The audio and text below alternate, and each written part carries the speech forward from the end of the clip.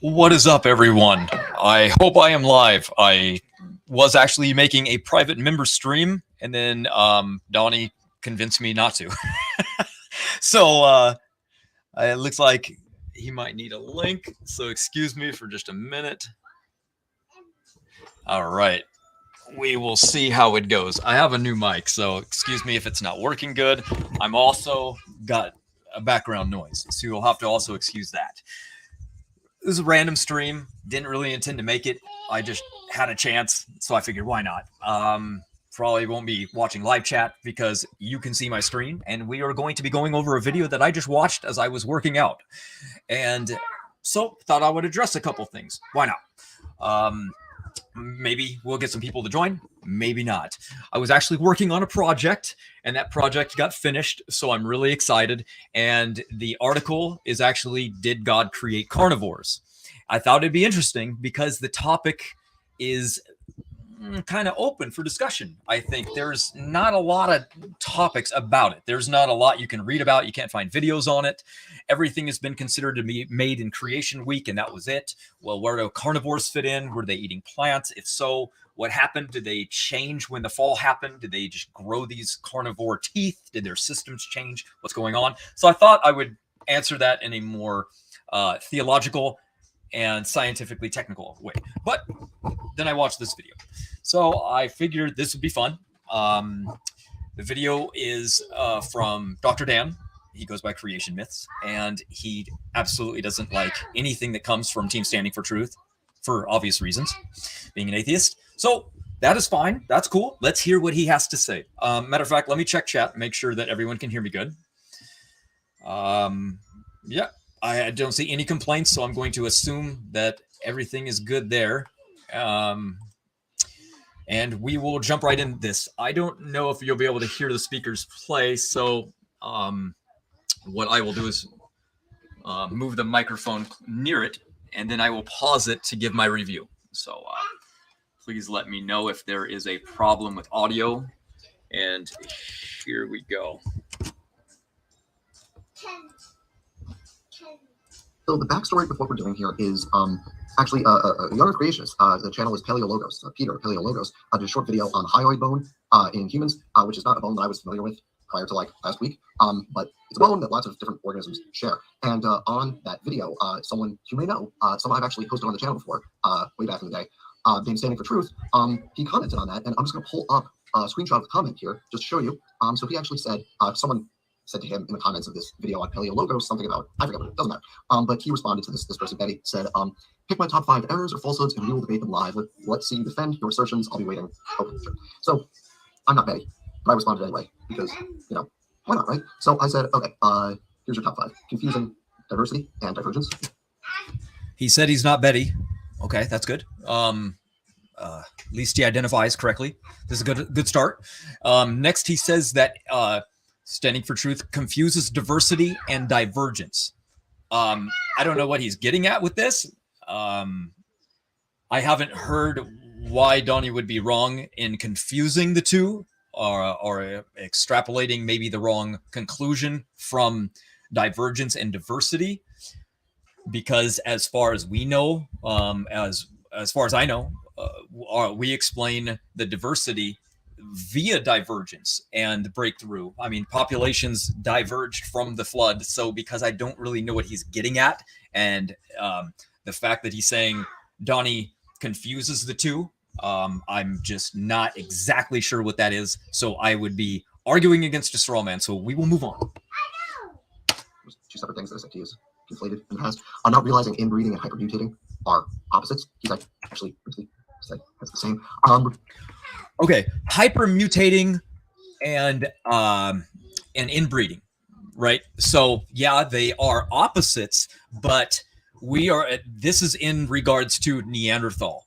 Okay, so yes, we understand that inbreeding limits genetic diversity. That's why Native American Indians have very little diversity in them, because they had inbreeding as they migrated across, but they have larger populations and their populations grew in size. So therefore, hypermutating comes from the fact that Neanderthal didn't start out inbreeding, but they had small populations for hundreds of years. And this is what led to hypermutations, not the inbreeding. The inbreeding was their demise, and that came near the end. So inbreeding was what destroyed the Neanderthals. They didn't start out just immediately with brother and sister out in some cave somewhere and we're like, yeah, let's get this going.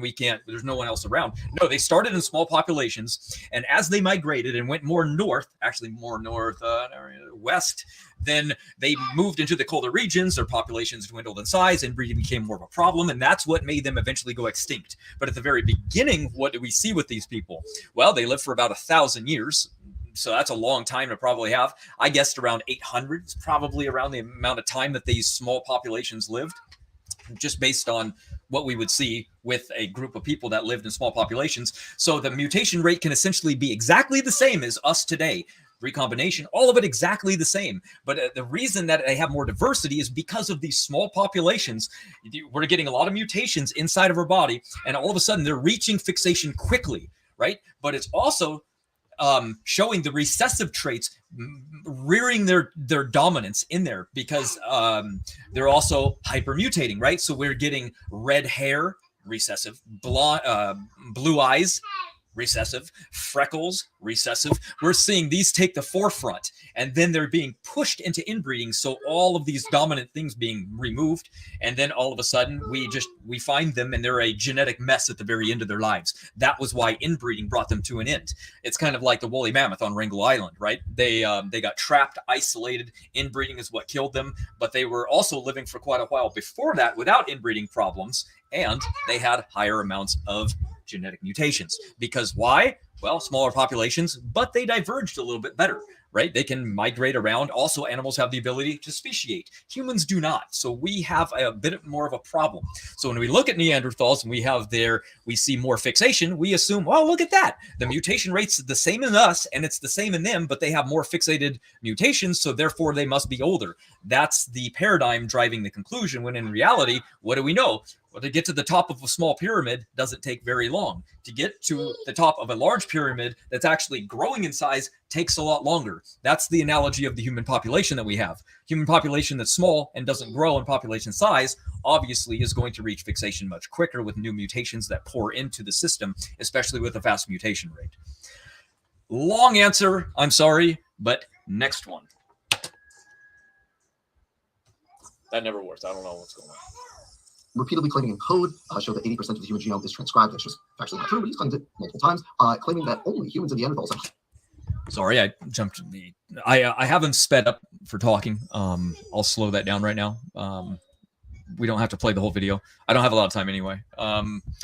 So repeatedly claiming that in code show that 80% of the human genome is transcribed. Well, protein coding is what they are referring to when they talk about function.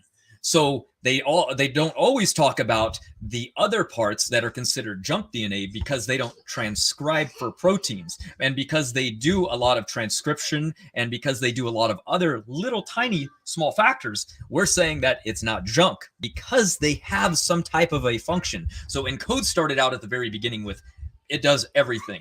But then they changed the definition of what function actually is to only protein coding, and therefore it dropped to that around 15 to 20% or 10%. It just depends on what they're trying to claim, right? So we're saying that what's actually going on is that we're finding function because the body's supplying some form of ATP to these regions that they say have no functions whatsoever. Well, the body's very selective on what it decides to give energy resources to. It seemed really ridiculous to supply ATP and the body to supply energy to something that there's no function. The body doesn't do that. It makes no sense, right? Our brain and our muscles are requiring lots of energy all the time, and then it's all of a sudden going to divert energy to junk and uselessness.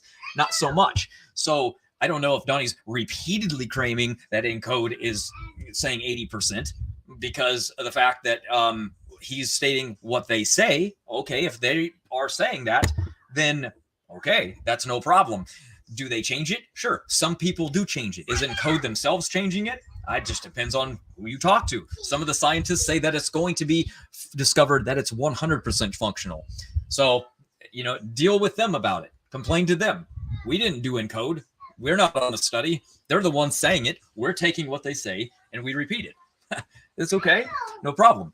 And then we're going to move into the hyoid bone. That's a bone that's in our throat, that area that allows us to have language. It's a very unique shape in human beings. Yes, it's in monkeys and in chimpanzees and things, but the shape is very unique, very, very different. So when it says that the hyoid bone itself is only in humans, or no, okay, well, it can't be because we found it over here. Okay, these are semantics. We're playing little games here. So to me, it only makes sense that we look at it from the perspective of what's unique about it, right? What are the differences? What are we seeing? Well, we see the hyoid bone is only in human beings that allow us to speak. So when we find it in Denisovan and Neanderthal and other things, well, guess what? That is what we would expect to find that are human, because we have the ability to speak. We don't find that in the animal kingdom. So bear with me for just 1 second.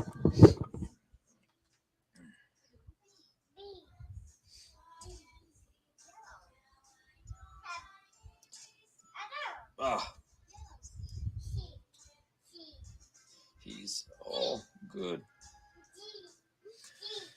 All right. Hyoid bone, and nobody else has it, so I figure add that to the list. That was the topic of the video we were commenting on. And then there. Okay, so he didn't touch on it much there. So basically, I guess he wanted to play the real technical version, right? The study that was posted said that humans and Neanderthal are the only ones that have a hyoid bone. That's what the title could fit in there. Of course, they're not the only one with the actual bone itself, but they're the only one with the version of the hyoid bone that is specific to language that allow us to talk. The other ones have the bone, but it does nothing except for allow them to make the noise of, typical primate sounds. The, gravelly and distorted. You wouldn't make out what they were saying. They can try. I mean, sure, I'm sure they could be able to throw out some words, but they're, human beings are designed for language. We've always had it. It says Adam named the creatures that God brought to them the day he was created. So clearly he had the ability to speak. So let's move on real quick. There's the whole all animals originated at the same time thing. That's from that mitochondrial bottleneck study. I actually covered that in a creation myth not that long ago. And I said both misrepresenting that paper and then claiming Raw Matt never said what he said about that paper showing that everyone originated at the same time. Technically, that one's a twofer. So I said, okay, that's 6, I guess. But, I keep going. No reason to keep going. Let's do this. I misrepresented the paper saying he thinks that I believe that this paper is referring to the creation event. He still doesn't grasp this. I don't know how many times. Look, here's my actual book. Look, if you type in Rockefeller, you can go down right here. Look, worldwide genetic bottleneck. How is that creation? This is in my own book. Look at this. The Rockefeller University study is talking about a bottleneck. We realize this isn't a creation event. Matter of fact, if we go all the way back and we look at answers in Genesis when this study originally came out, what do they say? Oh my goodness, look at that. All the kinds have the same age, and we would expect most species to have a similar age since they have arisen in the past. What? The year of the flood. Imagine that. Why? Because that's what that's what our model says. They got off the ark. This has nothing to do with creation. Stop saying it. It makes no sense. We can play their video real quick. Let's do it. Real quick. Let's see what they have to say. I am really loving this new research. Sweeping gene survey reveals new facets of evolution. Not really, because what they found, they basically studied one gene that's found in what's called mitochondrial DNA. So you know about the DNA in the nucleus of your cells, but you also have DNA in the mitochondria of your cell, the powerhouse of your cell that makes energy. So there's a gene that almost all organisms have, whether they're plants or animals or humans, they have this gene. So they compared it across 100,000 different species and determined from that, because there's so few changes in it, that all species of animals and humans all came about in the last 100 to 200,000 years. Now, you need to understand, from an evolutionary perspective, that's like an eye blink. That's a problem. Just very recent. Because they even say by their own standards. they say they evolved at different times over hundreds of millions Right. of years. Now they're saying everything came into being about the same time as humans, 100 to 200,000 years ago. Yep. And then it's the question: how does one explain the fact that 90% of animal life, genetically speaking, is roughly the same age? I wonder. And then The listen to this: Bible? was there a catastrophic event 200,000 years ago that nearly wiped the slate clean? No, but there was one about 4,500 years ago that did. So, and Yeah, see, if Oh, they look had at the that. hits right, they would be nailing Absolutely. this. Shocker. They believe it was the flood as well. Ooh, what a shocker there. Man, Dan can't get basics right. This is why we don't really spend time with his nonsense. He doesn't want answers. We just give him and he just repeats them anyway. And he won't submit to answers in Genesis. So he's just hot air, you know. Genesis is wrong. Well, submit. He can't have a conversation with you. Answers in Genesis limits that. You have to you'd have to go through the whole process. And he's not even willing to go through the basic process of submitting a written debate. I mean, whatever. It's just, if you're just going to call out people, but actually not do anything yourself when it's all the balls in your court to do it, what do you expect? Just hot air, you know? So let's keep going, I guess.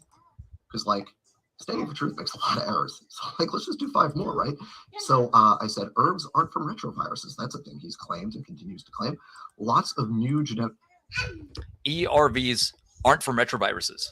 He just says, yes, they are. Okay. Well, you probably heard him constantly say, okay, prove that any example of a virus that we would catch goes dormant and then becomes something beneficial. For example, let's take COVID, for example. Everyone knows what COVID does. It infects us, goes into our lungs, binds to the area in the genome, same spot in primates, by the way. Yes, that's true. Go look it up. Gorillas have caught it. It attacks them, makes them sick. They cough, do the same thing that we do. So therefore, we're going to catch COVID. We'll survive it. It's going to be now we're going to see it. It's going to be a virus now in our system that is now no longer causing symptoms. Therefore, generations from now, they'll be able to find it and be like, oh, look, there's a virus that's in the same spot in primates, in the same spot in humans. They're going to say, look at that. It's dormant. It's useless. It doesn't do anything because it is just leftovers from back in time. And they're going to say, well, look at that. They must have shared a common ancestor because the endogenous retrovirus is in the same spot. So therefore, oh, look, it must have been in the common ancestor. No, that's what viruses do. They usually attack the same regions. And hey. Decided to join the party, Matt. I know you did this kind of spur of the moment, but how can I resist, some time debunking good old Dodgeball Dan? Yeah, I had a brief amount of time. I got the kid in the back, but I was like, yeah, why not? I'm working out, listening to this. I'm like, not again, not the nonsense. It's just like, how many times, right? How many times? I mean, it's almost pointless, really. That's why we just don't do it. I got more videos to make than answering the same thing. I mean, the University Rockefeller study, really, still, the genetic boundaries. I mean, how many times do you have to explain that before they grasp it? Apparently, they won't. So, for example, Dodgeball Dan was still advocating for the argument about a week and a half ago on Amy Newman's channel when they were reviewing our video on genetic boundaries and separate ancestry. And he still could not get the basics of the argument right. He kept saying, they're misinterpreting this study and they're trying to say that this is evidence for the creation account, the creation event. It's like, how many times do we have to make it clear? Matt, 6 to 8 months ago, we did like a 2-hour response to Dodgeball Dan's video on the barcoding study.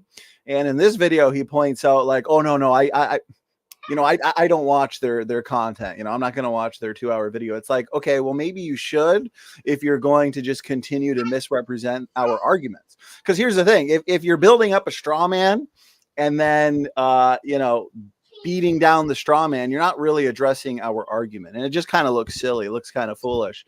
So as you pointed out earlier, Matt, no, we're talking about the flood bottleneck. 90% of all species arising at the exact same time. Right, very low genetic diversity in that CO1 gene, that highly conserved mitochondrial DNA gene, suggests what? Over 90% of species arose at the same time at the creation event or the flood, Matt? At the flood, it's obvious. Where did those 10% come from? They went into a bottleneck. The 90% that we see today came from that event. Very simple, real simple. But and how do they explain the low diversity, Matt? Well, they don't. They have to invoke some mythical bottleneck that they actually can't find inside their geologic record. That's why they have to say, well, it's really peculiar that sardines and anchovies are in it because a bottleneck in their model doesn't kill aquatic life. You get a volcano like the Toba catastrophe. Well, it's going to wipe out things over in certain regions, right, wherever the cloud's going to form. But it's not going to kill all the fish in the ocean. But our model says yes. So that's what we find, and that's what they're messed up about. And then they go, well, that's not what the study says the date is. Well, no kidding. The study wasn't based on the date. And guess what? We know the mutation rates in things, and we know it's fast. So, of course, they're not going to get their date right. But and their assumptions of the date given in that study, Matt, wasn't that based on the geologic column and evolutionary deep time assumptions rather than genetics itself, right? Exactly. It's based on the CO1 gene because it's one of the fastest mutating parts of the genes of one of the 27 genes in the mitochondria. So they can look at it and they can literally see it moving. And they're like, this is really good. Because it's such a fast rate, we should be able to test all of the animals and check out the diversity that we see. And because selection doesn't remove mutations that land in there like it does in the mitochondria, it becomes like the perfect area to test because it's a non-repaired area. So if the ability can't repair itself, then it becomes the perfect region to test. Because if there's areas that repair themselves, the problem with that, you can't get an accurate clock. You can't get an accurate depiction of history because it's erasing as it's being made. But this section is absolutely perfect because we can look in there and we can say, okay, how many mutations have occurred? Well, not very many, but the mutation rate's extremely fast. So there's only one conclusion. Not a lot of time has passed. Exactly. It's not really that difficult to understand. And unfortunately, even Dr. Joel Duff in the chat still doesn't get it. Matt, let me share screen just for 1 second, brother, just to kind of give a couple solid visuals on this for the audience sake too, okay? How many times have we brought up the genetic boundaries study in debates? And how many times is there a lack of counter argument from the critics? I mean, they're literally looking for evidence. You debated Gutsy Gibbon on this. They're looking for evidence of boundaries. Where do we draw the line? They're looking for evidence for separate ancestry. Well, we could discuss endlessly the evidence that suggests separate ancestry. We did, an over 4-hour video over a month ago now, debunking Erica on her human evolution arguments, and there's been nothing but crickets and silence from the critics because they don't have anything left. So we looked at this massive genetic study, right? And as I have here, this study was in 2018, published by secular scientists. So this isn't young Earth creationists making this stuff up, right? And they analyzed DNA of over 100,000 animal species using about 5 million DNA sequences. So these researchers at the Rockefeller University that we oftentimes point out found that the amount of DNA variation among humans was about the same as that observed for each of the many animal species they studied. So this is fascinating, Matt, because we know humans in general have low genetic diversity. Okay, no matter what DNA compartment you look at, you can look at the autosomes, you can look at the sex chromosomes. Okay, we can look at the biparentally inherited DNA, right, as I just mentioned, and then the uniparentally inherited DNA compartments like the Y chromosome, the mitochondrial DNA. And no matter what, you get low genetic variation. And the evolutionary community did not predict this. So humans have low genetic variation overall. And this does not fit with the evolutionary model because if humans have been evolving for millions and millions of years, from Australopithecine-like ancestors up to Homo habilis, up to Homo erectus, living on the globe for millions of years and eventually evolves into, let's say, Homo sapiens, okay? And I'm skipping a lot of details. I understand, there's essentially 2 out of Africa events. And I'm just, for sake of time, going into the bare bones. Well, here's the thing. A mutation adds something that was not previously there. So millions of years of mutation accumulation means we should have today higher levels of genetic diversity, and yet no, we have low levels of genetic diversity. This caught the evolutionary community off guard. So they came up with a rescue device. They came up with a post hoc, ad hoc story. And that is the out of Africa population bottleneck, which we've discussed for many reasons why that doesn't work. I mean, that population of 2 to 10,000 would have been incredibly genetically compromised. This would have been a near extinction event. And there's really no feasible, realistic way that this population of genetically compromised humans could have spread out into all parts of the globe with that amount of deleterious recessive mutations coming to the forefront. So the point is, from the biblical model, God creates what? 2 people, Adam and Eve. So right off the bat, that restricts genetic diversity. So that's what we would expect today. That's also why we wouldn't expect, and this is what Peter from Paleologos wasn't understanding, unfortunately. This is another reason why we wouldn't expect different species of humans, because overall humans have low genetic diversity as God created 2, Adam and Eve. That would restrict genetic diversity right off the bat, and that is a fulfilled expectation that we find. And now we find, Matt, if you want to touch on this, brother, we find that animal species, okay, specifically in the mitochondrial DNA, we find similar levels of DNA variation in animal species, which points us right back to the flood.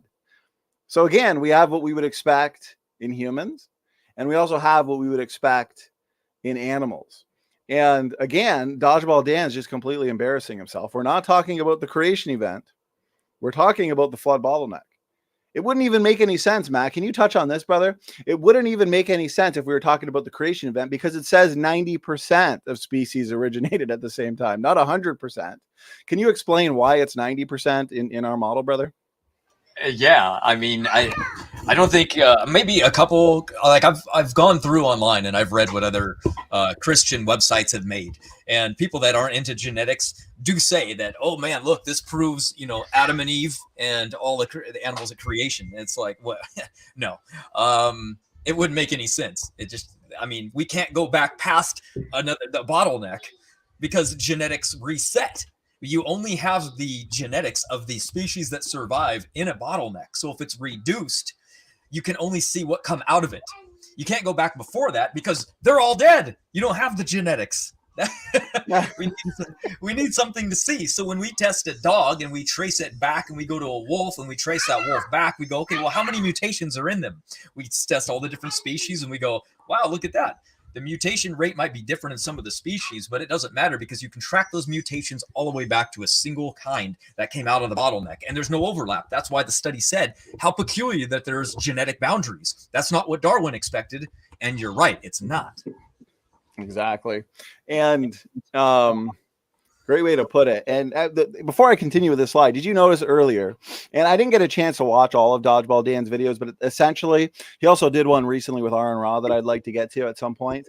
And we debunked all of these arguments on molecular clocks in our video debunking PBS, which in this video, he points out that, I don't know what that is. I mean, these guys are not up to date on our arguments, and that's why they're repeating already debunked talking points over and over again. It's not looking good for them, as you know, brother.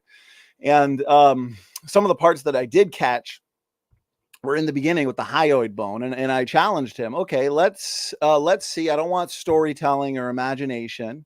Okay, explain to me how we got the human version of the hyoid that allows for sophisticated language and speech. Okay, because it's completely unique in humans. So explain that to me without a story. And he completely bypassed it because he's a one-trick pony, unfortunately. And I look forward to getting to the ERV part. He's definitely not up to date on the data there, given a couple of the arguments I've seen. So let me just quickly cover this and then we'll move on. I know we don't have all night like we usually do. So it points out they also discovered that each kind of creature was what?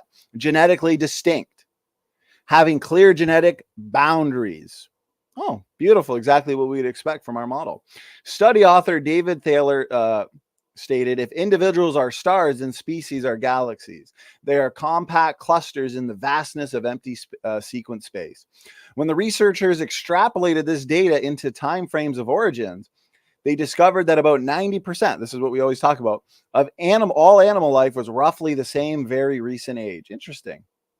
a complete contradiction of evolutionary expectations. What's funny, Matt, and can you touch on this? Everybody's favorite old Earth creationist apologist. I debated last night for like 2.5 hours. Okay. And he really got stumped on the fact that, okay, even when we consider bottlenecks, even when we consider war, conquest, famines, even when we consider purifying selection, there's still no way to explain these low levels of diversity, whether you look in the Y chromosome, the mitochondrial DNA, whether you look at the autosomal DNA. There's no way to take this back hundreds of thousands of years. You're only looking at a couple hundred generations max, okay? Because the young Earth creationists have plenty of time to account for bottlenecks, war, conquest, famine, and purifying selection, because the mutation rates are high. What is it? 3 per generation in the Y chromosome, roughly 1 every other generation in the mitochondrial DNA, 100 new mutations per person per generation in the autosomes and the biparentally inherited DNA compartments. Okay, the mutation rates are high. And when we look at, let's say, the mitochondrial DNA, for example, there's what? On average, 21 DNA differences separating any two people. Okay, with a fast mutation rate, it does not take a lot of time. And this is what I explained to Dr. Dodgeball Dan in I think it was my second debate with him on this specific issue on David Neff's channel. I said, sure, we can account for purifying selection, but it does not take long, given the fast mutation rate, to account for so few fixed differences. Now explain to us how you can stretch this back hundreds of thousands of years. Matt, what are your thoughts on that? And am I on the right track here, brother? Yeah, absolutely. See, the thing is with mitochondria, it's very hard to count up differences because there isn't a one complete mutation per generation. But that's where Dr. Jensen said this is going to be great, because now we have the high sequencing data that comes with the Y chromosome. So he went to the studies and he pulled up and ran the high sequencing data from these different studies and found that there's about an average of 3 mutations per person per generation that get handed down. So if that's true, what would we expect to find in the population today if that were true? Well, we have about 440 differences. Well, what does that mean? If there's 3 per generation, we can take that back only 150 generations. And where are we? Noah. How does that fit evolution at any way possible? That's what makes the Y chromosome data and mutation rates so amazing. It literally destroys evolution, and they can slow it down as much as they want. Let's say that he was wrong completely, and there's only 1 mutation per generation. Well, guess what? 1 mutation per generation only takes you back 10,500 years. That's not even close to 200,000 years that they need. So no. They're crippled. They're destroyed, because this is what we see. And this is what we see in the slowest mutating people, which are Europeans. Now, what did Dr. Jensen predict? He said that there's going to be probably even faster in Africans. But guess what? We also don't need it to be faster. You know why? Because all we need to do is show that they had more generations since the time. And that's why they have more diversity. And we can ignore recombination. We can ignore all of that. And it still doesn't matter, because we know they have more generations, because they still have faster generation times in Africa. I made a whole video on that. So, of course, everything matches. That's why they're so mad. And that's why they come into the comment section, go on tirades, because they know they've lost. They're in desperation mode now. They hate it. But that's why they don't refute it. They just, let's go make a video on this, and then, hand wave it away. So I would be mad too, of course. But that's why they don't make predictions. It's why over a year ago, 1.5 years maybe, they were all about addressing our videos in detail and debating us, because now they've kind of, especially Guts at Gibbon, that channel specifically, has kind of turned into an echo chamber, right? On our channel, we've hosted now 170 formal debates. I challenge anybody to find any channel that has probably hosted more than that. Okay, nobody believes in critical thinking and engages in critical thinking more than us, really. We are always willing for these discussions and debates, but once they realize that all of their challenges and questions and arguments have been answered, refuted, and countered, they have now decided to just kind of ignore counter arguments that destroy their position, and repeat already debunked talking points to their audience, hoping that their audience is ignorant enough to not understand that there's been counter arguments that have dismantled the talking points that they're bringing up. And case in point, Dr. Fuzz Rana and I had a roughly 4-hour 2-day event on junk DNA, just absolutely dismantling Dr. Dan Stern Cardinal's arguments one by one. And he has yet to even come close to touching it. At this point, he's essentially ignored it. And earlier you were talking about the Neanderthals, because Dan still doesn't understand the fact that when you have these really, really small isolated groups, right? The Neanderthals, the most inbred people group that have ever existed on this planet. The runs of homozygosity are massive. The eco-glacial environments that they're living in, and less than ideal conditions, of course. And the fact that these mutations, they'd be coming to the forefront. But because, Matt, as you know, these Neanderthal populations were small and isolated, these mutations would come to the forefront and they would be fixed rapidly. Rapid mutation fixation, which essentially can explain the differences in genetics that we see from modern humans and Neanderthals. But I wanted to touch on this, and then I'll yield, brother. I'll let you get back to some more of the video. Is notice this on the Eve mitochondrial consensus sequence. And some critics will be like, oh, this is from a creationist journal.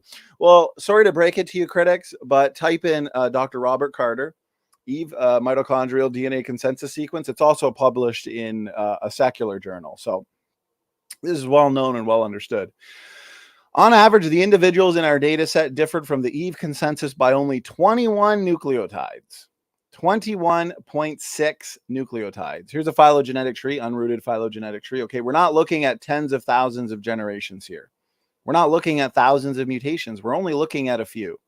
So that means we can account for these things that Dan likes to repeat: bottlenecks, drift, and selection, war, conquest, famine, and so on and so forth. And here's the last thing I'll point out from Dr. Carter himself, is the fact that a more recent study demonstrated that mutations in the mitochondrial control region occur at a rate of 1 every other generation, what we were talking about earlier. Since Eve's mitochondrial sequence has been reconstructed, I went over the paper just seconds ago and published in the evolutionary literature, and since most mitochondrial lines are less than 30 mutations removed from the Eve consensus sequence, and since the most divergent are only 100 mutations removed, still not a whole lot, the diversity of mitochondrial DNA within the modern human population can easily fit into the 6,000 or 7,000 time scale, or 200 generation time frame. No, evolutionists. Okay. You have to show us a better model that makes better testable predictions if you want to say that worldwide mitochondrial DNA diversity goes back hundreds of thousands of years. No, you're only looking at thousands of years here. That is it. A fast mutation rate, low variation in the mitochondrial DNA.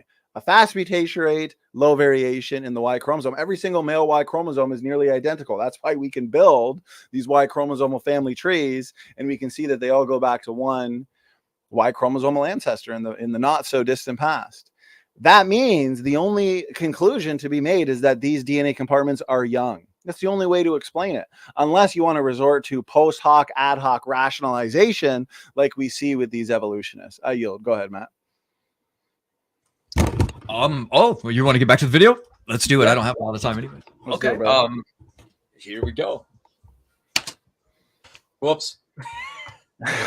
Wrong window. All right. So I said herbs aren't from retroviruses. That's a thing he's claimed and continues to claim. Well, Notice how he just like moves on. He goes, yes, they are, and then moves on. That's not an argument. I mean, you have a 30-minute video. Go ahead, pick it apart. Pick apart what we say, what we predict, what we ask you to supply to us, and then let's go on and then move on. Say, look, here's why they're wrong. Here's what they ask for, us showing that there's evidence of non-function moving to function, and then boom, see, they're refuted. Now let's move on. It's like, no, we'll just ignore that endogenous retroviruses, the body supplies ATP and energy to these non-functional junk regions of the DNA. Yes, they have beneficial function, but that just magically happened because there's so many of them, even though we don't have any evidence for it. You know, blah, blah, blah. It's just... They ignore all that. It's okay. Just assume that evolution is true and assume that they're all viruses, right? Okay. That's great, but you haven't refuted anything, and you don't make any predictions based on them. You can't predict what virus is actually going to become functional, if any of them are. How about COVID? What's COVID going to do? Is COVID going to become an endogenous retrovirus over time? It's going to be in the same spot as us with other primates. So therefore, it's going to look like common ancestry is true, especially if we survive COVID, which apparently we have. We've caught it. We have it. It's going to be dormant. It's going to look in generations from now. They're going to look in our genome and be like, look, they got COVID. It's in the same spot as primates. It must be a common ancestor that inherited that to them. Okay, so is that going to now become a beneficial mutation? Is it going to have a benefit effect later in life? That's what they're saying, that we're being bombarded by COVID, but eventually it's going to turn beneficial in the future. So beneficial, in fact, that it might do something that we need in life to survive. What? That's what they claim. That's their claim, that yes, we have an endogenous retrovirus that actually is required for step 2 of the process of reproduction. But we didn't have that before, that it gained that function on its own. Matter of fact, it even gained the ability to kill other viruses, which it itself is, because that makes sense. So I'll let you take over, because he's mad. He's claiming you're the one that is always saying this all the time. So, well, here's the thing. He knows what my arguments are for ERVs. Matt, would you say I've probably had the most debates on ERVs really out of anybody, even the evolutionists?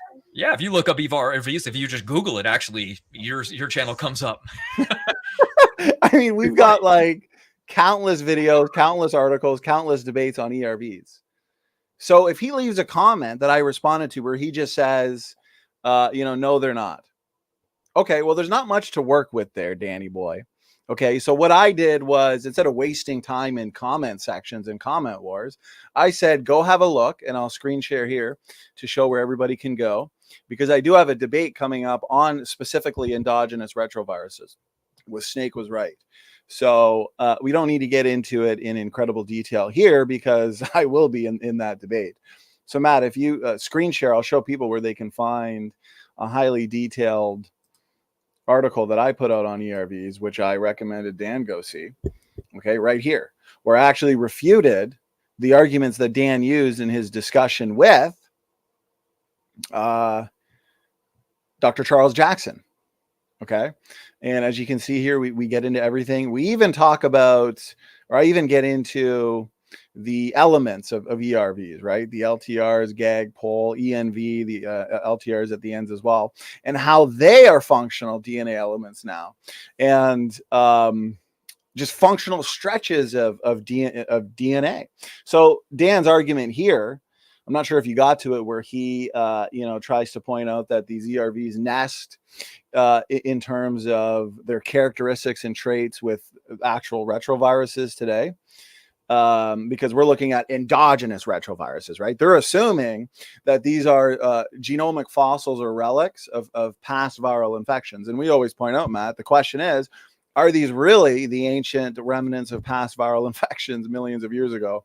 Or are they created units of DNA function? Well, you can tell that Dodgeball Dan's out of date, because there's a new paper here. And I'd like to see even Dr. Joel Duff.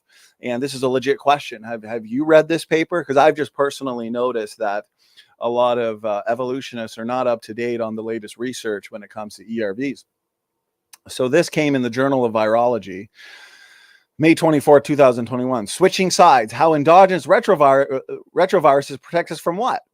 Viral infections. Okay, so not only do endogenous retroviral-like elements, for one, I don't think ERVs, endogenous retroviruses are a good name for what we're seeing, these DNA elements. I think we should call them functional DNA elements. Okay, because the name ERV has an evolutionary built-in assumption. Well, these are ERVs because they are the ancient remnants of past retroviral infections, and now they've integrated themselves into the genomes, and that's why we share, these ERVs or ERV like elements with chimpanzee, and the ERV didn't name itself ERV, okay, because what we're finding is these elements function in embryological development, they function in gene expression, they help determine cell types, they help in the immune response, in cell stress responses, and they help protect us from viral infections. Notice this is not a young earth creationist paper. And notice this, Matt. Tell me your thoughts, brother. Does this abstract not sound like it's directly from like a young earth creationist article or what we've saying? Notice this. Long disregarded as junk DNA or genomic dark matter, endogenous retroviruses have turned out to represent important components of the antiviral immune response. Dan, show me, email it to me, just so we know that you're even worth really a discussion on this, because he wasn't worth a discussion on genetic boundaries. You couldn't even get the basics right. Show us an example. Show us a technical paper of a non-functional endogenous retrovirus going from non-functional to functional. Show us an ALU sequence. And what's funny is they never predicted any of this. And look at Joel Dove. He just said, why would you act like these discoveries are shocking? I don't know. Probably because ERVs were considered 100% worthless junk DNA. And they turned out not to be. I challenge Dr. Joel Duff to the same challenge that I challenged Luca Medugno in my last formal debate with him last month that you moderated. He's a chemist. Okay. And this was his main argument. He studied it in great detail. He knows his stuff on this. And I challenged him. I said, can you show me any technical paper, any citation where evolutionists predicted function for these DNA elements prior to the discovery of their functional roles? He said no. I've debated 2 other biologists years ago, and they said no, and I'm not saying it doesn't exist. I want to see it. I haven't found it. Me and Dr. Fuzrana, in our 2-part series on junk DNA and ERVs and pseudogenes, it goes untouched. The critics are silenced because they can't refute the data. And actually, I'll do this real quick. Remember Dodgeball Dan, what he was saying? Look at this website. Okay, this isn't science.org. ENCODE's results are changing how scientists think about genes. It found about 76% of the genome's DNA is what, Matt? What does that say? It's pretty small. I can't even read it. Oh, okay. No problem. DNA is transcribed in RNA of one sort or another. Now, because remember he was saying that I lied about that or something? That about 80% of the genome was transcribed. Now, but what does this say, Matt? 76% of the genome's DNA is transcribed. But here's the thing. These evolutionists, they like to play games. Okay. Well, what we're looking at is spurious transcription, low levels of transcription. Well, for sake of time, because we can't do this for hours, go watch my 2-part series with Dr. Fuzrana, and we debunk that. Okay, we're not looking at low levels of transcription in the sense that it's not doing anything. It's spurious. It's just noise. No, it's not just noise. Okay, it's more than noise. And tell me, evolutionists, if it's just noise and spurious and whatever, why is the cell even bother replicating or dealing with it? Okay, over millions of years, natural selection would have rid the genome of all this junk. It's wasteful of the cell of energy and resources. So I just wanted to touch on that. Because of the games the evolutionists play, I like to say 80% activity, because a lot of it is biochemical. And we don't exactly know what every single genetic sequence is doing within the regions that are active to some extent, but we are making predictions. Okay, this DNA activity is not just spurious. It's actually functional. Okay, it's essential. And, here's a prediction. Here's a prediction.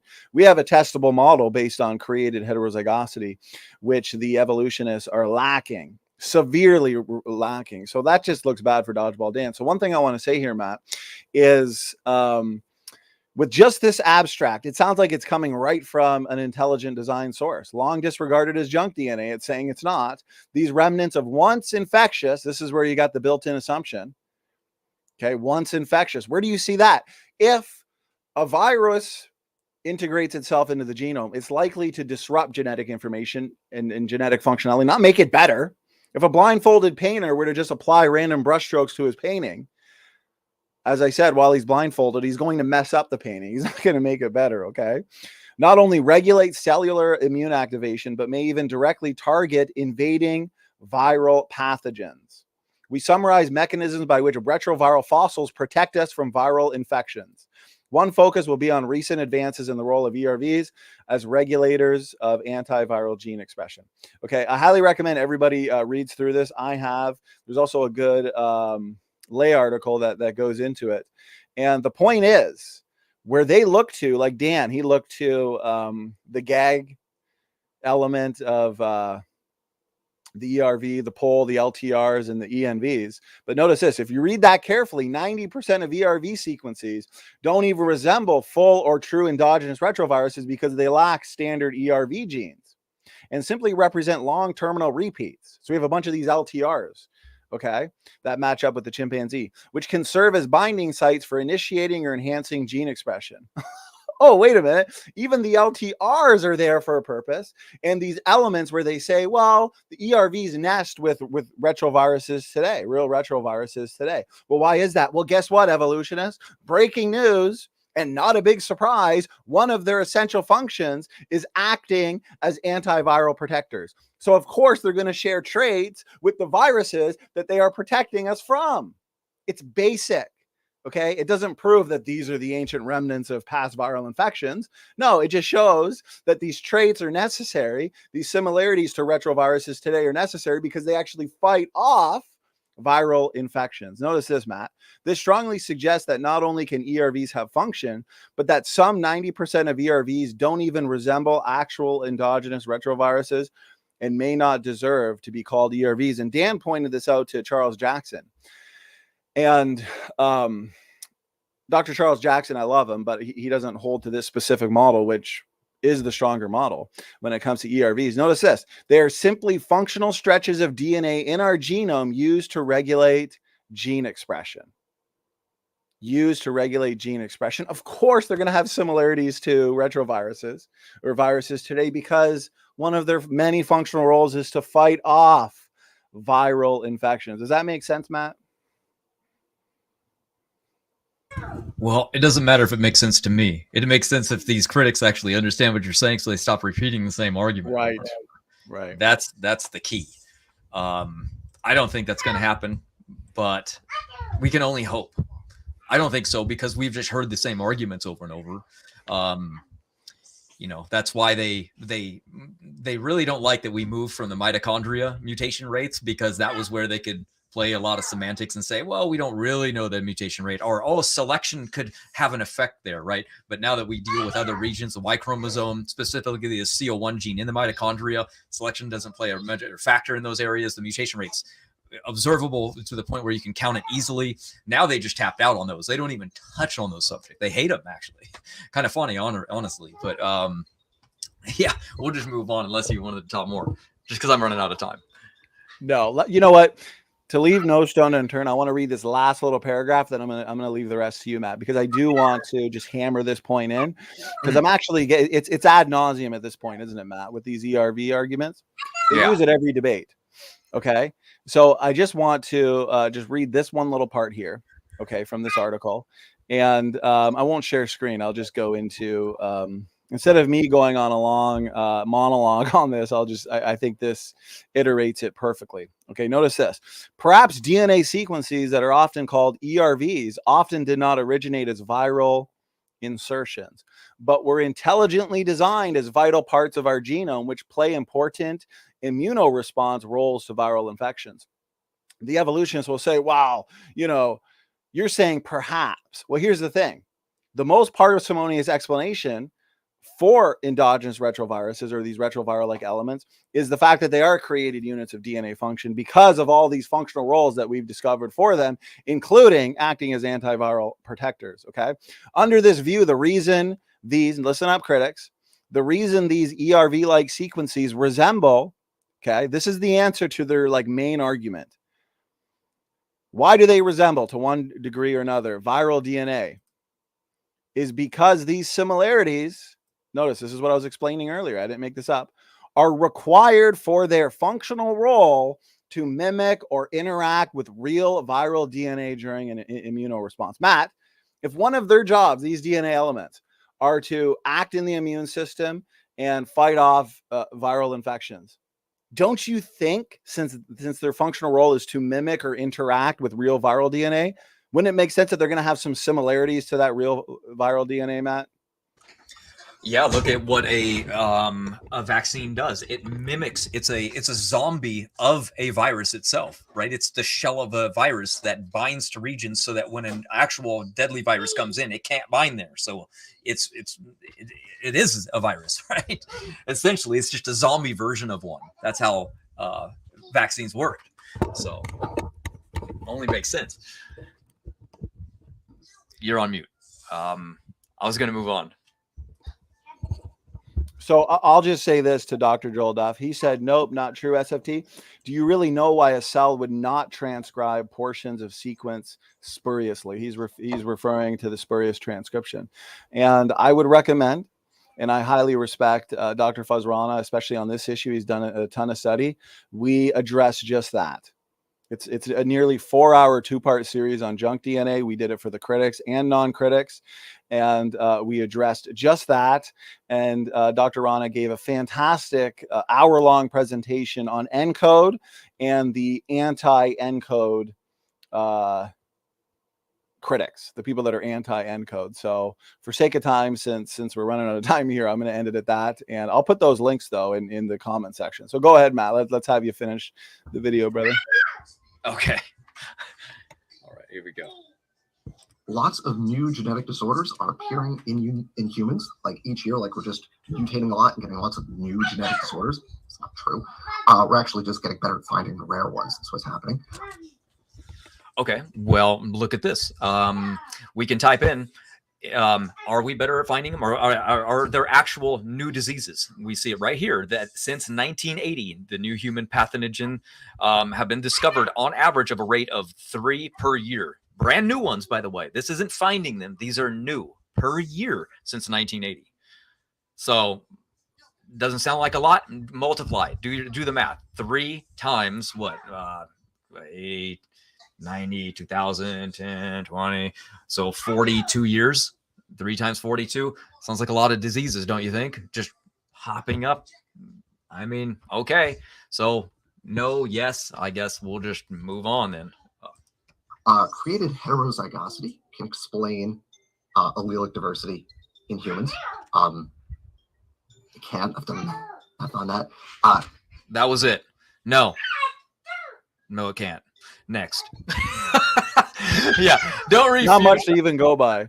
Yeah. Don't pull up the papers, done by Dr. John Sanford and crunch the numbers and show why his numbers are wrong. Just like, no, I did my own math. I did it on a napkin when I was taking it.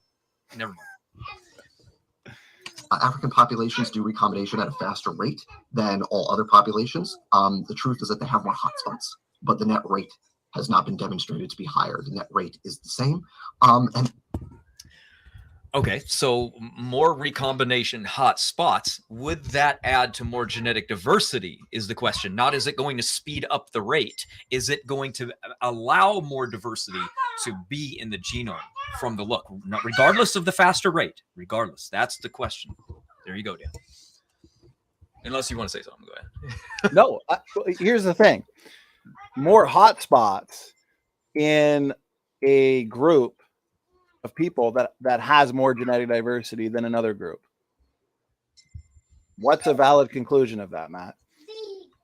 Well, since we know from the very own study that we mentioned earlier that all life, including humans, came out of the same bottleneck at the same time, then why would we see different people groups with different amounts of genetic diversity, right? It's not because one came before the other. It's because there's different populations have different rates based on generation times. We know that because of the Amish people themselves. Different Europeans have a different rate. So of course, different populations and people can have different rates. There's different, we know that at the equator, things have more mutation rates. That's why genetic diversity is higher in plants and in animals and in humans, always around the equator. There's something about the warm temperature that has a higher amount of genetic diversity than when you move further away from there. So why would we expect Africa to have a lot of genetic diversity? Well, how about because the Tower of Babel was right to the north of it, and that was the massive, most logical reason to go into after the dispersion of people groups, right? Where would you go? Where it's warm. Who went north? The people that died. Okay, so why does Africa look like it was filled first? Because it was. That's why. And Well, do you have the papers on you on the PRDM9 gene and how it controls recombination, and one really good paper goes into the African landscape, essentially, as it relates to this PRDM9 gene, and we know, Matt, that mutations can hit these sites. So every time we have one less recombination site or PRDM9 site, what does that mean? We have one less site recombination can happen on, correct? Right. Okay. Mm-hmm. So if Africans have more of these hotspots than non-Africans, that means logically, historically, there would have been more recombination in Africans, okay, because their genomes have more PRDM9 sites, and mutations hit those sites and destroy them. So going back in the past, they would have had even more, just like non-Africans at one point would have had even more. So the basic conclusion, I don't know why, Dan kind of plays ignorant on this, because it's really not that hard to understand. If the PRDM9 gene is controlling recombination, that means in terms of African genetic diversity, they will be harboring more genetic diversity over longer periods of time. Why do Africans have more genetic diversity? There's one of the many reasons. It's not that difficult to understand. I mean, what am I missing, Matt, with his argument? It doesn't really... I'm thinking that I'm trying to guess that he's probably thinking that we're saying recombination speeds the mutation rate up, and that's why Africans have more diversity. But we're not. We're just saying that there is more hotspots, meaning that there are more places that can mutate to make it look like there's more mutations, which of course would make sense. So for example, when we look in the mitochondria and we go into the D loop region, we find that the mutation rate inside the hypervariable region 1 is more than it is in hypervariable region 2. So you're supposed to test both regions to get a good time of the split based on when that haplogroup formed.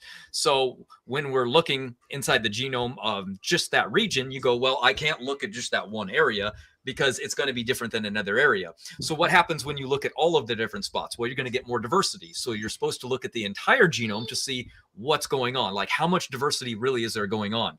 So that gets really hard to do because the genome is so large. That's why you look at certain areas. That's why you just look at the Y chromosome, or just at the mitochondria D loop, or just at the mitochondria itself. So when you're seeing recombination hotspots in different places, well, that's just going to add more diversity, regardless of the rate. There's just more hotspot areas for mutations to occur. And an important question to you that I know you're going to know the answer to, that kind of makes sense of all this, is if we have post-Babel according to our model, okay, which historically this is kind of what the data would suggest, is we would have waves and waves of migration into Africa right after Babel, where you have the migration of different people groups into different parts of the world, okay?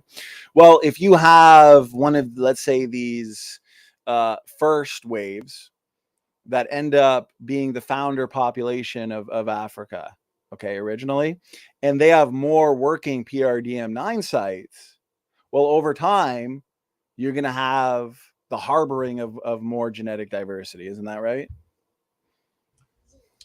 Yeah, and that's what was predicted by Dr. Jensen, right?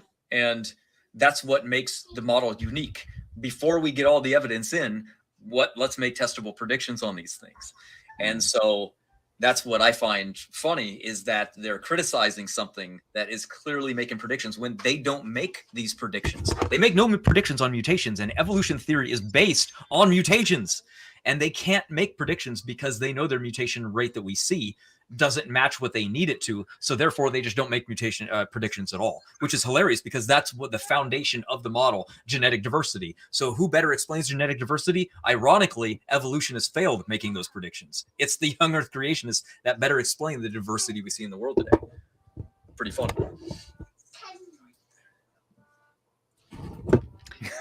Even though we could talk about this all day, maybe we should. You know, I will say to the audience, our video that we did recently, the most comprehensive presentation on Neanderthals ever, we touched on this in great detail as well. So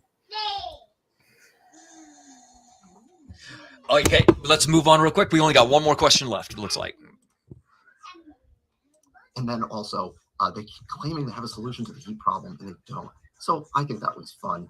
So let's put that on the list. That's the heat problem for the flood. That, like, the physics of the flood vaporized the surface of the planet, so you can't, nobody could survive. So, Okay. I don't know where to begin with that one, because frankly, if you actually look at the flood models, they've actually created a lot of their own heat problem.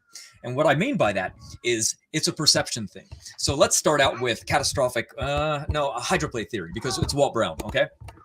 Walt Brown theorized in his mind that there is no possible way that God would have made radioactive elements. Okay, there's no possible way that those would have existed, because those are bad, and when you're around radiation, it's bad for you. So why would God do that? So in his mind, they couldn't have existed. So therefore, he had to come up with a concept that radioactive elements had to form during the flood. Well, that process is extremely heat intensive, and that is true. What happened in his model is he said that the continent of the entire North America dropped 1 mile, and it slammed down onto the water in the firmament, and the water compressed really, really rapidly, creating massive amounts of heat in the water called supercritical water. And the supercritical water now was passing over the rocks, the granite rocks, and inside of granite contains quartz crystal, and those quartz crystal created what's known as a piezoelectric effect, essentially causing Z-pitch to occur, and those super heavy elements now formed. And those super heavy elements are extremely hot, and as they cooled down, they formed the radioactive elements that we now see on Earth today. And when the waters of the fountains of the Great Deep broke forth, now these radioactive elements poured along the Earth and what we now have today. Well, that is an extremely a lot of amount of heat. Now, do you notice something? That never had to happen. He literally assumed that those elements weren't there at creation week. So he created his own heat problem. How ironic is that? He created his worst argument that you could have against the model because of the mindset that he had, that those elements can't be there. Now, why can't they be there? I would love to see a human being survive without potassium.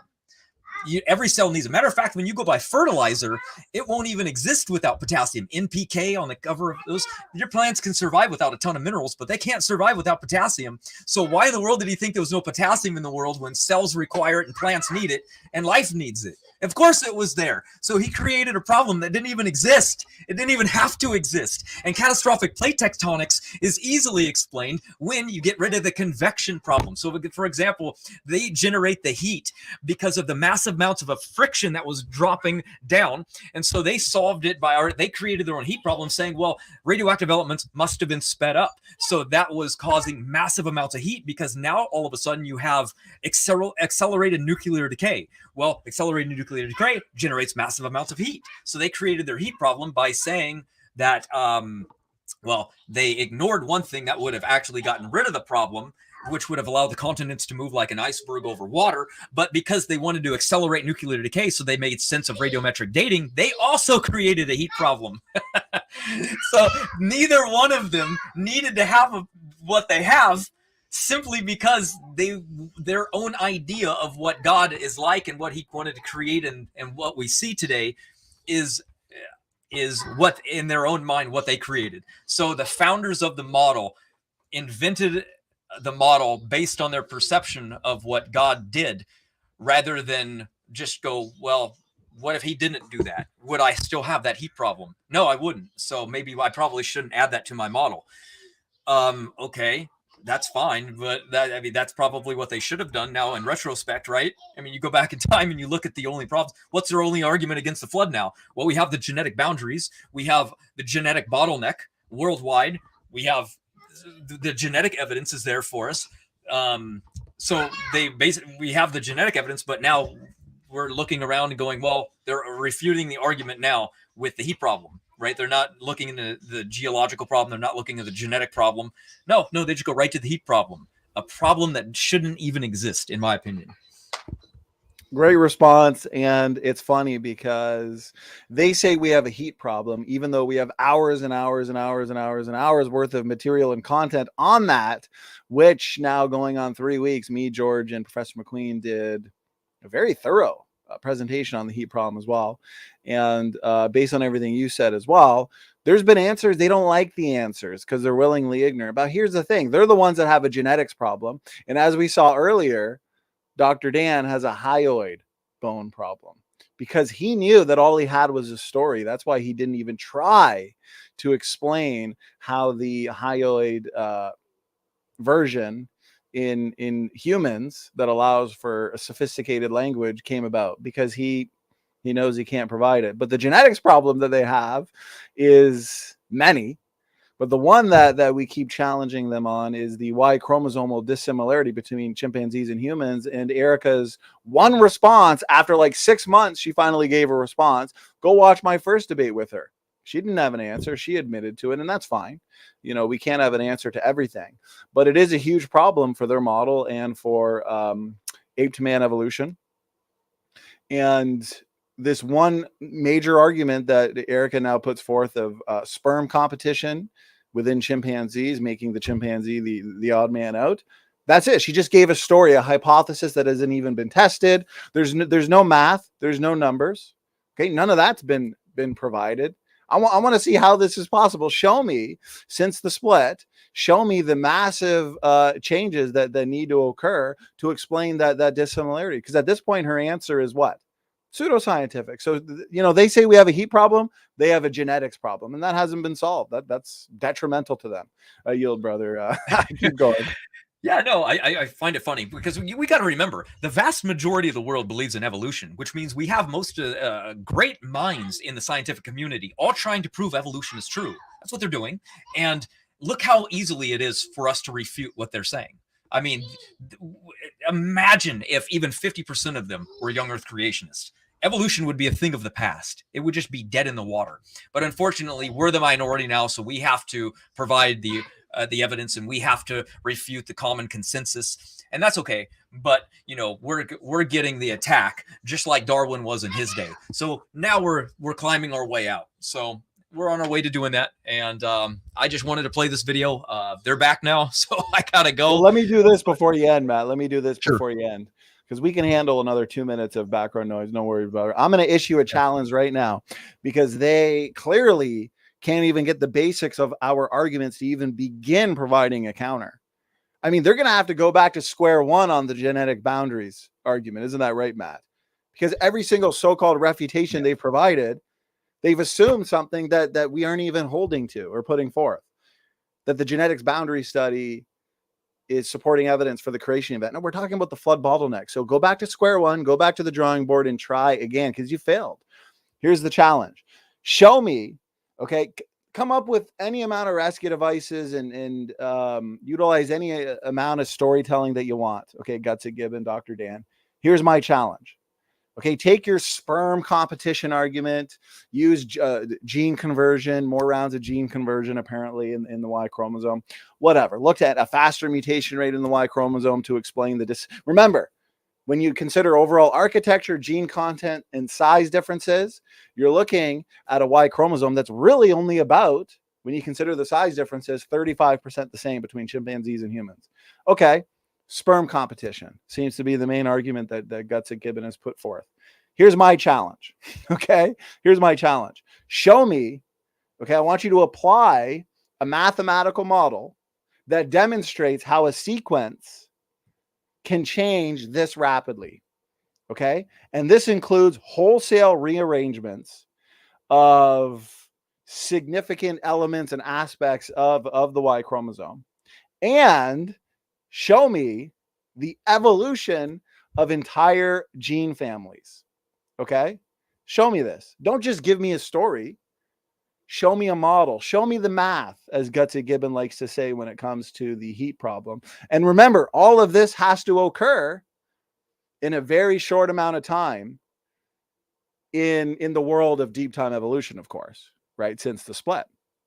Within that time, you have the chimpanzee and the human common ancestor. There's a split. And within that split, within that time, okay, the sequence changes extremely rapidly if you assume human evolution is true. And you've got these massive wholesale rearrangements and, all these deletions and, alteration in architecture. Show me. I want to see a model. Don't just give me a story. Show me a model. That's the challenge. Yield, Matt.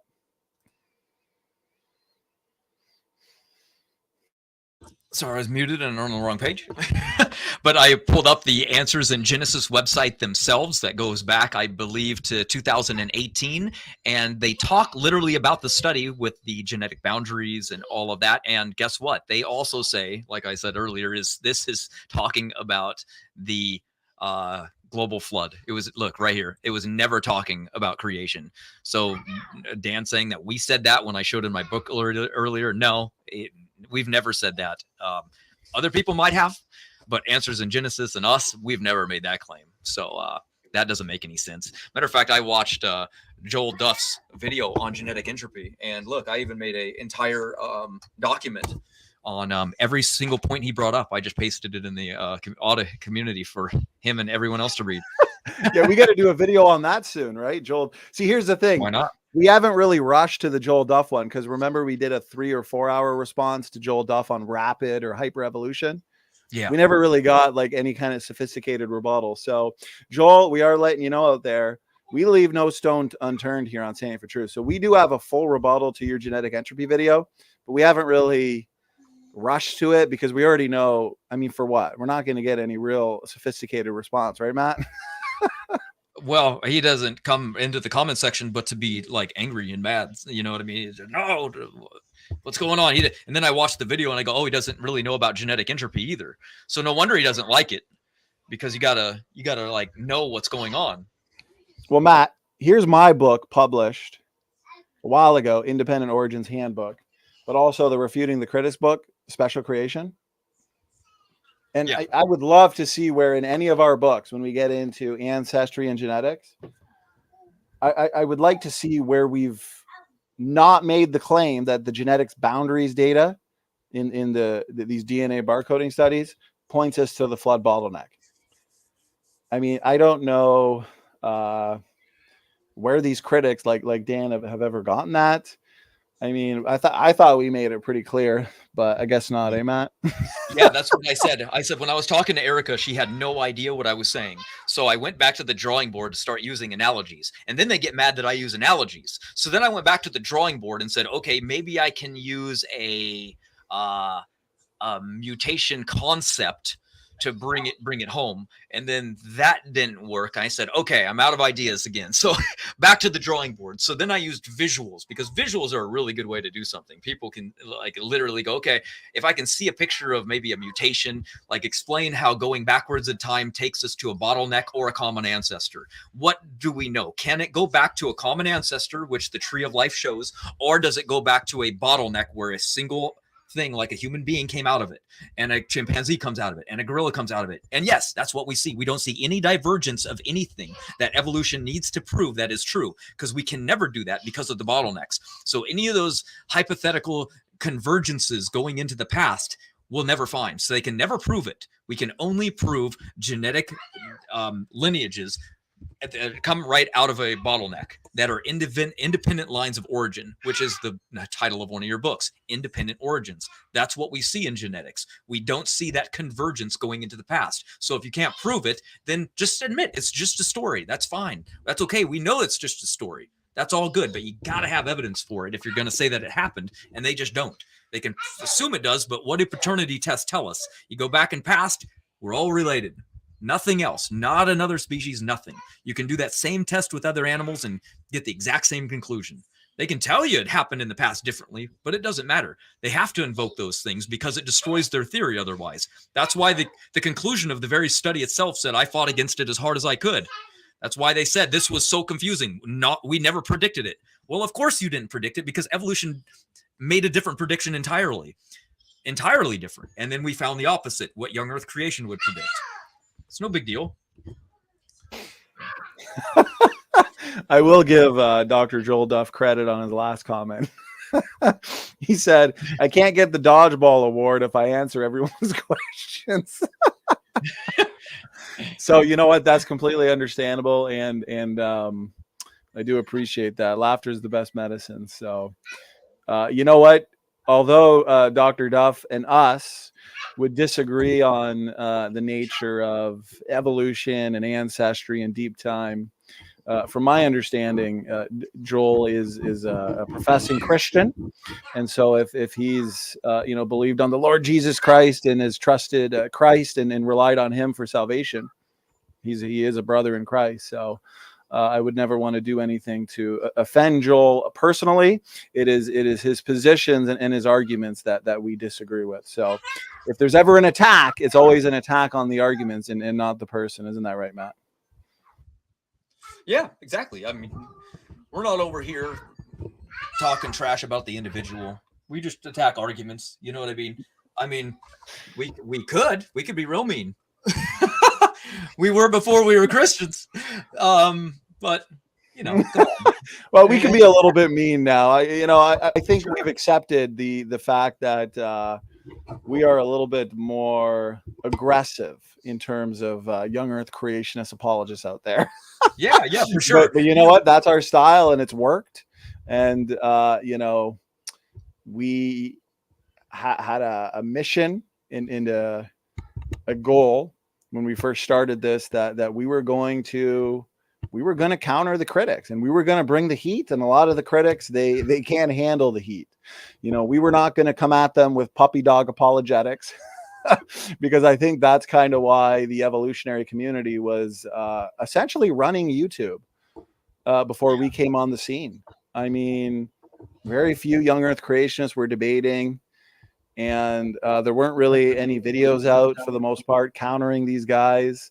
And 3.5 years later, we've done the most debates. We've countered all the critics. We've got video upon video debunking all of their arguments. Mission accomplished. And unfortunately, people like Diaper Dino, Gutsick Gibbon, they can't handle the heat. They want to go after the more, what's the word I'm trying to look for, nicer, maybe interlocutors to deal with. So one trick, people that focus on one argument and don't know anything else. Yeah, exactly. They're going for easy targets most of the time. We'll just say that. They don't. Then they claim we don't answer questions. It's like, what are you talking about? We have a playlist like 30 deep, of almost every topic that they would want to ever get an answer to.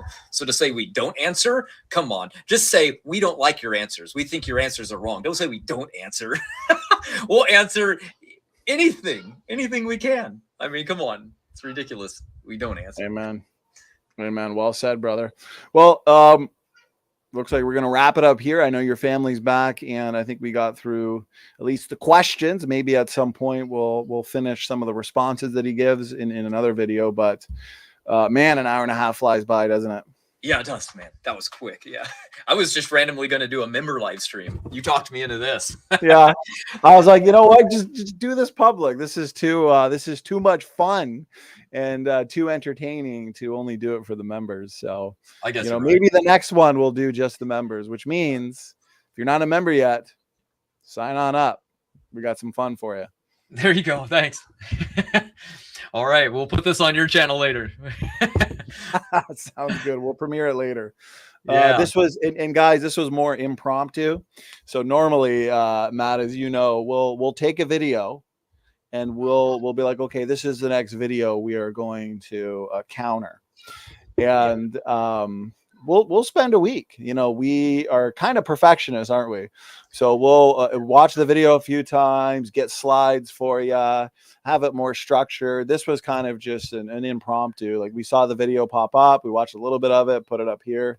So this was kind of more, just unplanned, but still fun because it's the same arguments we're always dealing with. So yeah. I was watching it while I worked out, and I was like, maybe I got a reply to this. I saw my nickname on there. I saw the same thing, but I saw the replies were just like yes and no answers. I'm like, this is weird. Maybe I should say something. And then I was like, I'll play it live and then just, talk about it. And that's it's kind of what we did. I mean, that's usually just doesn't happen. I mean,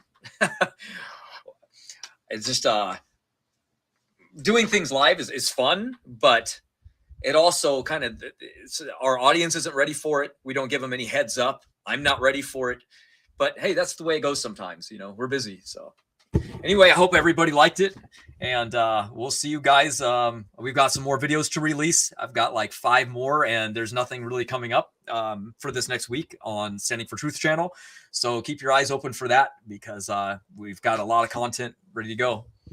Actually, yeah, let me say that. People are probably wondering. So if you notice, the last few days, we've just been uploading short clips. That's because if you go back and look at 2022 so far, January, February, March, and, the first week of April, nonstop content. Every week, multiple main events when it comes to debates on science and theology, massive interviews. We just finished a conference on flood boundaries. Here's the thing. That's awesome and all. But when you have that many events, especially main events, it's hard for me to get a lot of behind the scenes work done. So you'll notice on the channel, our events kick off again on the 16th. So I've left a window from the 8th to the 15th where we are doing a ton of behind the scenes work. And then the events start up again, I believe, on the 16th with a debate between Luca and T-Rock. And in the meantime, this has been awesome because it's given us so much time to do behind the scenes work. I've been getting a lot done in terms of the Human Evolution Handbook. And this is just very helpful for us because we are a full-time ministry that puts out a ton of content. And of course, there's really only a few of us that work for the ministry full time. So we appreciate all the support, guys. And I hope you're enjoying the clips we've been putting out. We'll be doing that for a few more days, and then we'll be back live for these debates and interviews. So God bless all. Yeah, man. Thanks. I'm going to stall and give people maybe a little quick premiere on another video that's coming out, simply to give John some time to set up his after show so everybody can head over there. I'll wait for John to get back himself so he can post a link to his channel. And in the meantime, enjoy a couple shorts that I have coming out really soon.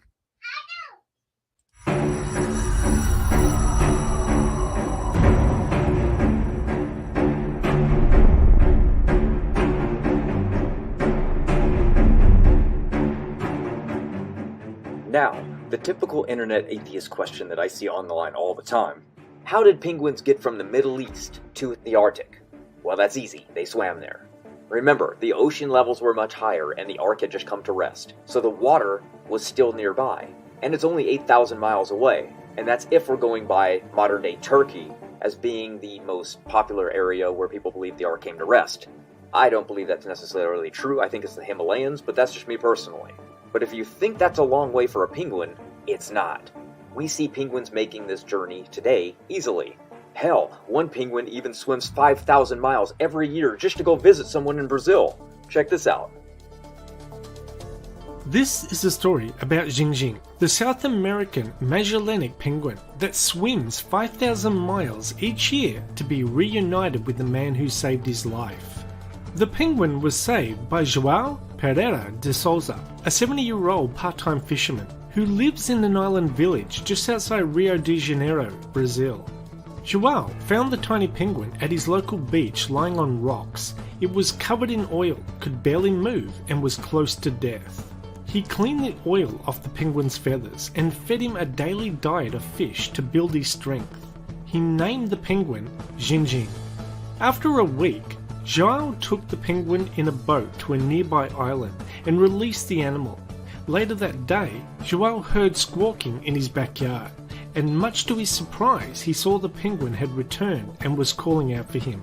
Jingjing stayed with João another 11 months, and then just after he changed his coat with new feathers, he disappeared. It is unknown where Jingjing had ventured off to. Months later, João heard a loud squawk coming from his backyard, and Jingjing was there waiting for him, and the two were reunited again. This has been going on every year since. No one else is allowed to touch him. He pecks them if they do. He lies on my lap, lets me give him showers, allows me to feed him sardines, and to pick him up.